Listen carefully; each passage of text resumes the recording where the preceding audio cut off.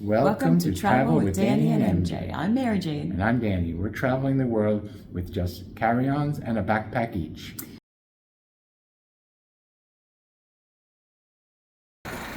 We're in Edinburgh, Scotland, and we're headed up to see Arthur's Head. We're here with Mary Jane's brother Tom. He's here for work, and we're getting to do a little touristy thing on the hike here up to Arthur's Head. Pretty little lake pond over there. Back over Edinburgh. Working our way up towards Arthur's Head. See out over the harbor. Getting higher and higher. It's not the easiest climb, but we're gonna make it. Gonna make it, lady? I'm gonna make it. This is kind of a big landing area before the final ascent, and just beautiful view. We made it to the top. There's Tom. I'll swap. You might want to peek at the first.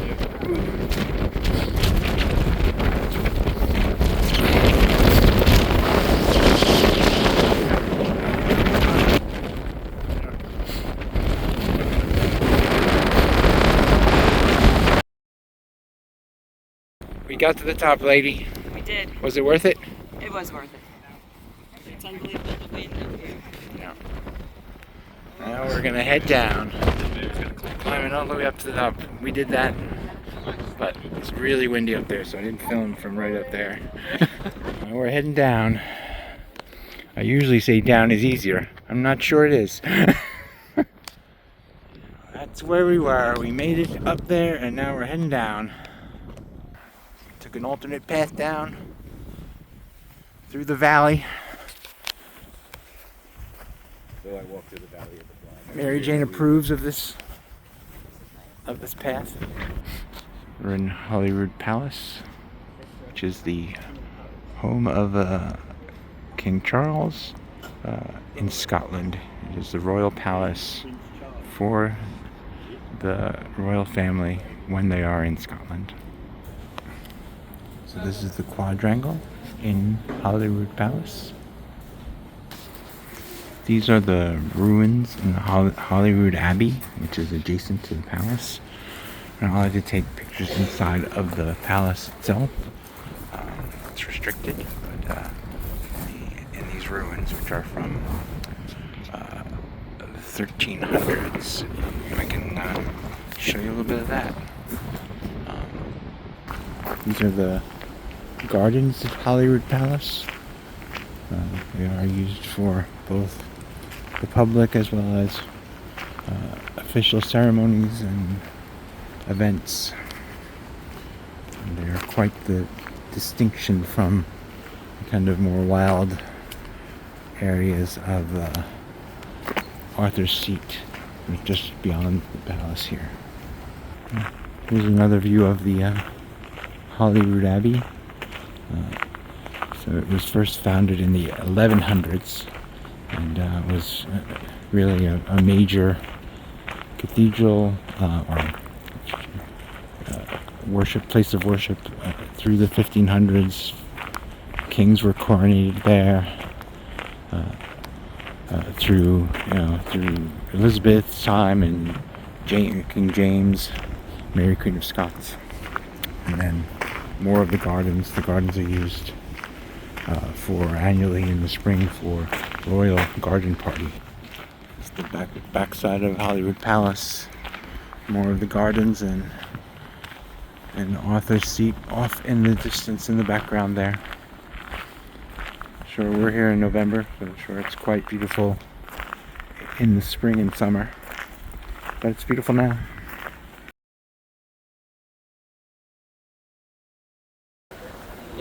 We're heading towards the Christmas market, which is opening today. This is decked out for the Christmas market.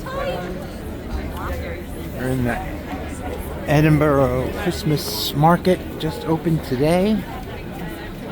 We're having a stroll around. Literally just opened within the last hour or so. It's brand spanking new. All right, so we got a mulled wine at the Christmas market, as you should. We're just wandering around a little bit, and we're seeing what we can see here. But it's quite a good one. Lots going on. They got the Ferris wheel. They got all kinds of things happening here. We're at the Edinburgh Christmas market. Big Ferris wheel, big sky ride, all kinds of food courts and everything. This is the famous economist Adam Smith. Yes, he was a famous Scotsman, and this is the St. Giles Cathedral. We're just walking a little bit through Edinburgh. St. Giles was founded in the 12th century, but this building probably dates from the 15th and 16th centuries. It was originally a Roman Catholic church up until the middle of the 17th century, when it was converted over to part of the Church of Scotland, which I guess is under the Church of England as well, so effectively Anglican. And it has been many other uses. It's been a prison, like a lot of places we've seen, and things like that. But we'll have to see it later. So this is the statue of Greyfriars Bobby, who is a dog of someone who worked for the police department here. And when the dog was only 2, his master died, and the dog went and stayed at his gravesite for the rest of its life for 14 more years. And was taken care of by the city and the locals. They built a shelter for him, but he never left the site. It goes like this. My love is like a red, red rose that's newly sprung in June. My heart is like a melody that sweetly plays in tune. As fair art thou, my bonny lass, so deep in love am I, and I will love thee still, my dear, till all the seas gang dry. This is the Edinburgh Castle at the other end of the Royal Mile. So we saw Hollyrood, and now we're at the other end. So the castle is built on volcanic rock. So this was an ancient volcano, a dormant volcano here. People have been living here for thousands of years, even before the castle was built. This is the street, Victoria Street, where basically the inspiration for Diagon Alley came from. We're on Victoria Street. The Elephant House is the famous place where J.K. Rowling wrote a lot of Harry Potter, but that particular one is not the original one. It's been moved here. There was a fire in the original one, and they moved it here. Got Enchanted Galaxy, Magic Store, witchery tours over here. So they've got all kinds of magical things going on. The retailer officially licensed, so it's a museum. This was a broomstick shop. So this is the grass market. It's at the bottom of Victoria Street, and it's been a market for many years, and it was also the site of many public executions over the years. Some good pubs here. One of the pubs is called Maggie Dixon's, and Maggie Dixon supposedly, or the story is, survived her hanging, and they tried to hang her again, but because she was already declared dead, they let her live, because you can't hang a dead person. So we did the whiskey experience, and at the end they give you a glass, and you're in this room with the world's largest collection of unopened Scotch whisky bottles. which is So they represent 3,400 whiskey bottles, flora and terra bottles to back represent hundreds of flora and years, fauna, into terra 1800s anyway. Scotch Whisky Experience. The tour, they give you a taste. It's worth the hour or so we did. Bagpipers just playing, busking. People who know me know I'm not a big fan of bagpipe music. These guys are pretty good. The thing about bagpipe music is what I understand is that the bagpipes were created way back when, in the day, in this very hilly countryside of Scotland and Ireland and the British Isles, is that they played this instrument that could be heard over the hills. You couldn't see your enemy coming, but you could hear them making this horrible sound. And I don't know if that story is true, but I buy it. Inside of St. Giles Cathedral,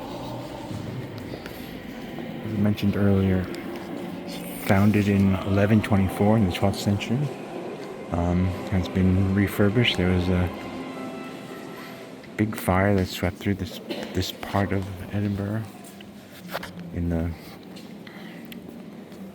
1700s, I think. So a lot of the things that were rebuilt were built in kind of Georgian Gothic architecture. So St. Giles has both Gothic and Romanesque aspects to the church. It has had a number of different styles through the centuries that it's been here. Again, the original church was in the 12th century, but most of this is more recent 15th, 16th, 17th century construction. St. Giles was originally a Roman Catholic church, but the Reverend John Knox, devoted Calvinist, was the main driver in the Scottish Reformation and took over the church and converted it to the Church of Scotland and a primarily Presbyterian church. This is a statue of John Knox. He was the main driver in the Scottish Reformation, but also seems like not a great guy, very anti-woman. He's buried outside of the church, basically in the parking lot of the church. Our tour guide told us one of the things, women can come and step on his grave. Here we are at the back of the church, getting a full view over the full length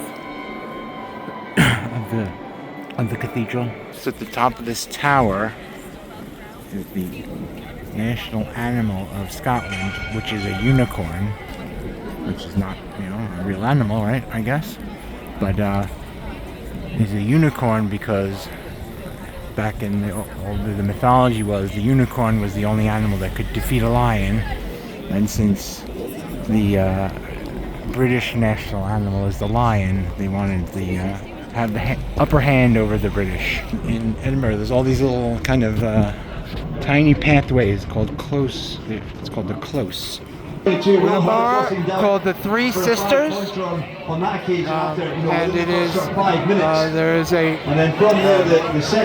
the national team of Scotland is playing Portugal in rugby, so it's quite a lively scene here. So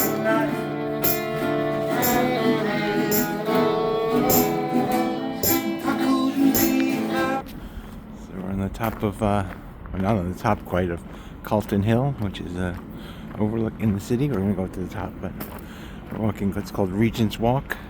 Got a view over there. The sun's coming up of Arthur's Seat. Walking up Calton Hill, some old ruins here. There's frost on the ground. It's pretty cold today. From here on Calton Hill, you can see the whole length of the Royal Mile. There's Hollywood. You can see off in the distance Arthur's Seat. All along. And then right up to the Dublin Castle, the Edinburgh Castle. It is beautifully clear here. It's very cold, but it's the other side of Calton Hill, looking out over the sea and the harbor. And this over here is the W Hotel, which the people, or at least our tour guide said, the people think looks like the poop emoji, and they don't like it. So this is Nelson's monument, erected for Admiral Nelson in the early 1800s. Right down there is the where the Christmas market is. You can see the spinning ride that goes very high, up even higher than the Ferris wheel. I heard somebody went on it and said it was so cold up there. So this is the National Monument. It was erected to honor the Scottish soldiers that fought in the Napoleonic Wars. It was supposed to end up like the Parthenon in Greece, but they ran out of funds, and this is where they stopped building it. This and some of the other monuments here led to the Edinburgh getting called at one point the Athens of the North. And all of this area was formed by volcanoes 340 million years ago, and then later re-sculpted by glaciers kind of 18,000 years ago. So if you take the Hume walk, Hume was a famous Scottish philosopher, and really pressed the Edinburgh government to create green spaces and public spaces for the people.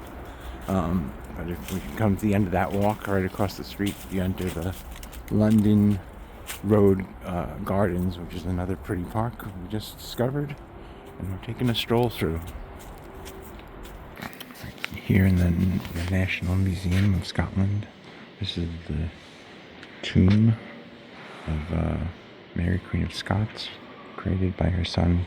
Probably had guilt for not supporting her and distancing himself.